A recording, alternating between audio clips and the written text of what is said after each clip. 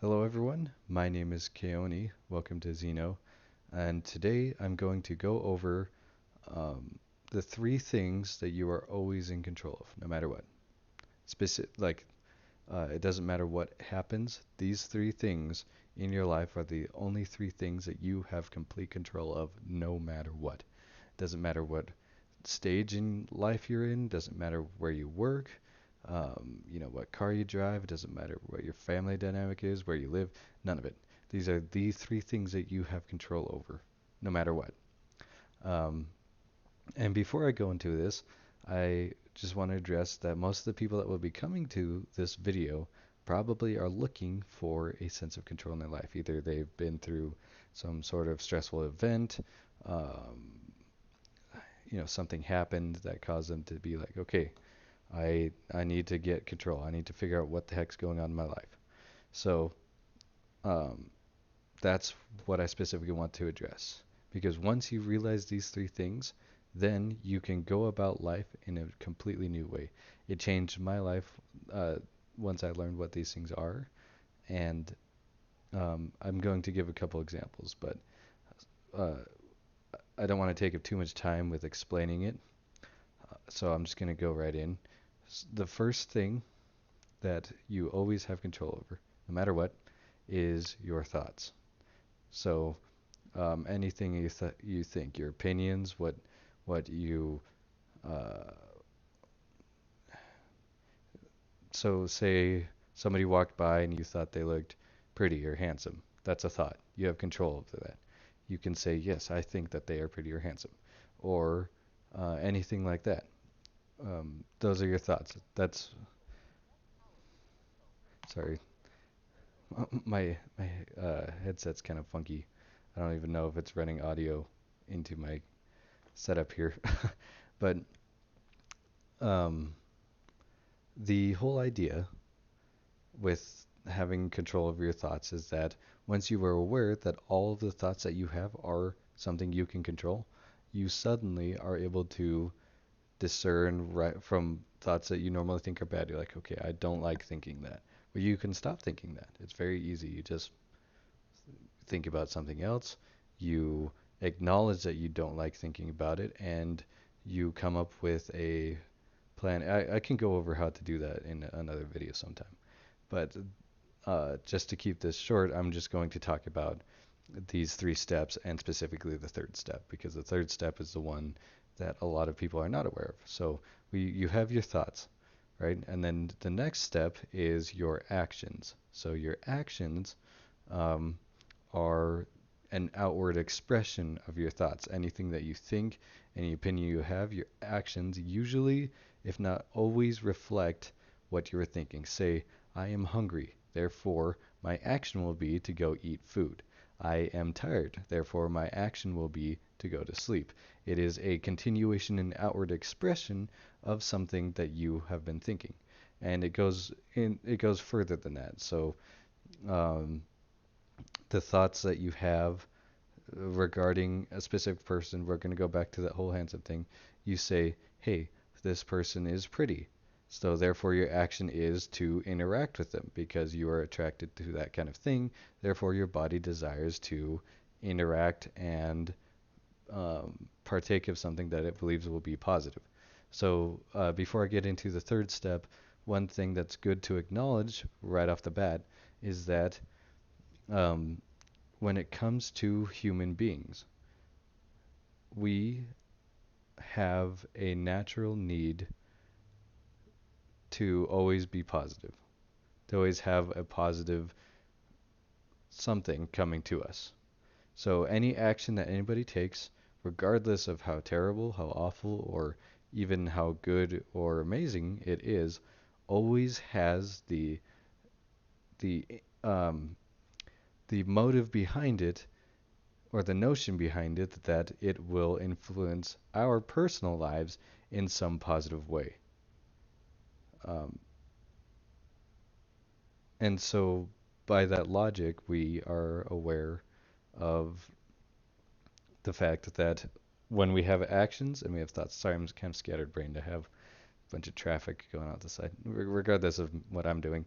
Um, we have those two things, right? Your thoughts and your actions, and they are heavily influenced by the fact that we need to have, or that any action and thought that we take is driven by the motive that it will improve our life in some way, shape, or form. Now, the third thing that we have control of that not a lot of people understand very well or are aware of is what things mean to us. And that sounds kind of weird at first because, like, well, I don't know what you mean. But basically, what things mean to you is what is the definition that something has to you specifically. And to show an example of this, I'm going to give an example from my personal life. Before I say anything else, my name is Keone. I probably already mentioned that. I'm 21 years old. I live in Utah, and but I grew up in Colorado. So those are a couple of small little things about me. Uh, I am very into art. I like doing art. I like a lot of gaming things. Um, I like movies. Anything that involves a story. I like stories a lot. I like telling stories. I like receiving stories, exploring how it's all put together. Uh, so, um, anyways, the example I wanted to get to is when I was in sixth grade, I forgot to turn in my elective sheet or whatever, the one that says like, oh, here are your extra classes. You know, you got choir and you got uh, American History 101 or something like that. I don't know, but one way or another, I somehow managed to end up in a forensics class. And if you are not aware of what forensics is the um, division or department or whatever in police and detective work that specifically revolves around collecting evidence and information that might move forward in a crime. But usually they collect it from the crime scene. So forensics, it's the nitty gritty kind of down and dirty. They analyze the DNA, they find the fingerprints, but they see the crime scene. They see the basically when you work in forensics, you see the darkest side of the world. You see the lowest point that people will go. You know, they will resort to ending other people's lives. And forensics often has to study those things to make sure that they can find the culprit. One way or another, it's a very, very horrible and dark place for an innocent little 11-year-old sixth grader to end up.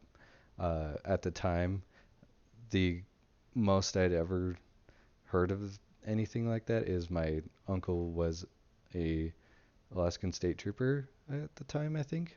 I think he still is, but um, he so like I knew that there was a police officer in my family. That was about it. I didn't know too much about it. So for me to be so cheery and happy-go-lucky, innocent, I had all sorts of fun in my life. To immediately get tossed into this thing where you know, I was suddenly exposed to things like murder, serial killers, you know, abduction, cannibalism, horrible, horrible, horrible things. And it messed me up pretty dang bad. It traumatized me actually. I had a lot of trauma from this forensics class. I used to go to sleep and I would have nightmares, like gruesome, gruesome, nasty nightmares. Um, and so for a long time, anything regarding police or like misbehaving or anything regarding any of those dark things, what they meant to me was danger. You're bad. You can't trust anyone. Um, Everyone is bad. They've always got an ulterior motive. Somebody's trying to hide something from you. You know, I learned, or because of what forensics meant to me and it had such a grip on my life, I was so traumatized that I let it control me. I did not trust anyone. I had a very hard time making friends or talking to people.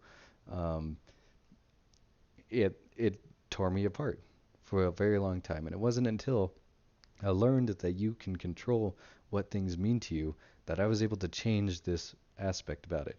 Because while it was very dark, I also learned a lot of important skills that I can use in everyday life. For example, deductive reasoning. Deductive reasoning is basically using simple logic and understanding about the being aware of the things around you so you can put together a scenario, the most likely and possible scenario of how something went down or will go down based off the information you're given.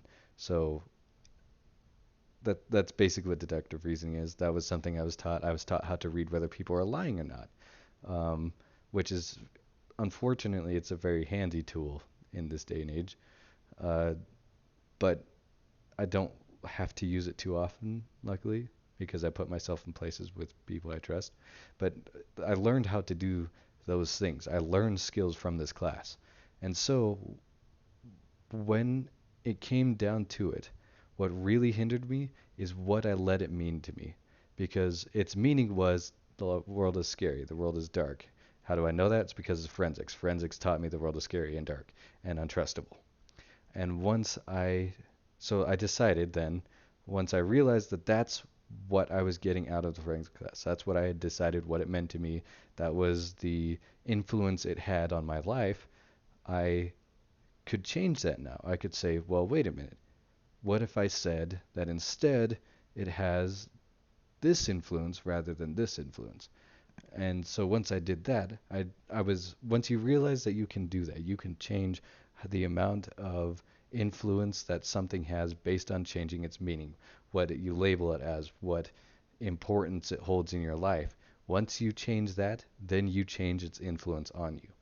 And so I changed it. Forensics class is no longer something that I'm traumatized by. Yes, it was dark and scary, but the world will and always will have that dark and scary side. But because another thing that I learned later on is that for everything has an opposite. Every positive has a negative. So for the amount of darkness that there is in the world at that point, there's also a light amount. There's this amount of light. And it's incredible to learn that. So um, those are the three things that you have control of, basically. Just to go over them again, you have your thoughts, you have your actions, and you have what things mean to you.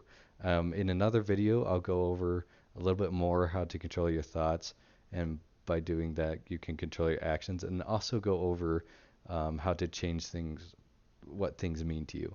And if that's something that you guys are interested in, let me know in the comments below. This is the first video I'm doing for these kind of things, but I have wanted to put these videos out for a while and reach out to everyone and tell them about the things that have helped me in doing so, hopefully helping others.